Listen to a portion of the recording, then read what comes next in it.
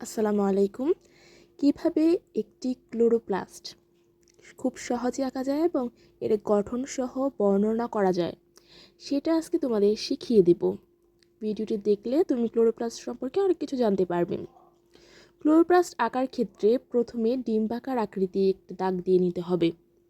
Chloroplast যেহেতু দ্বি-স্তর বিশিষ্ট তাই দুইটা দাগ দিয়ে নিতে হবে।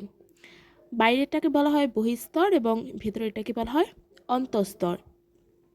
তারপর ভেতরে থাইলাকয়েডগুলো আঁকতে হবে।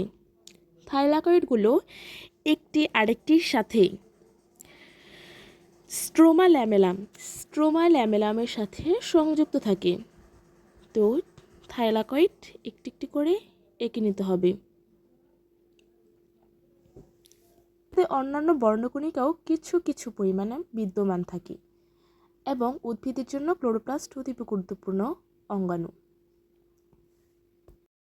থাইলাকয়েডের এগুলো একসাথে বলে গ্রানাম।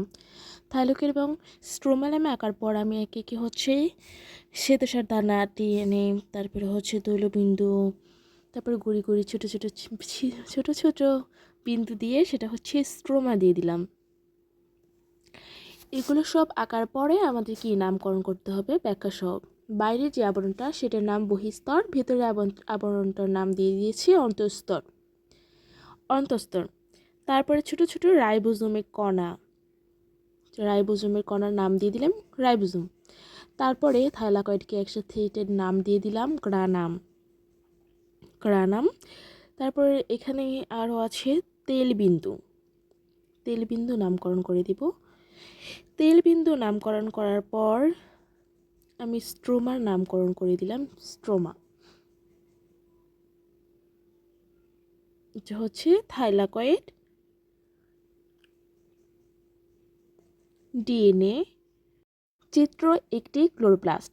এভাবে খুব সহজে ক্লোরোপ্লাস্টের চিত্র ব্যাখ্যা সহ আঁকতে পারবে এবং অবশ্যই এটা চেষ্টা করতে হবে। আল্লাহ হাফেজ।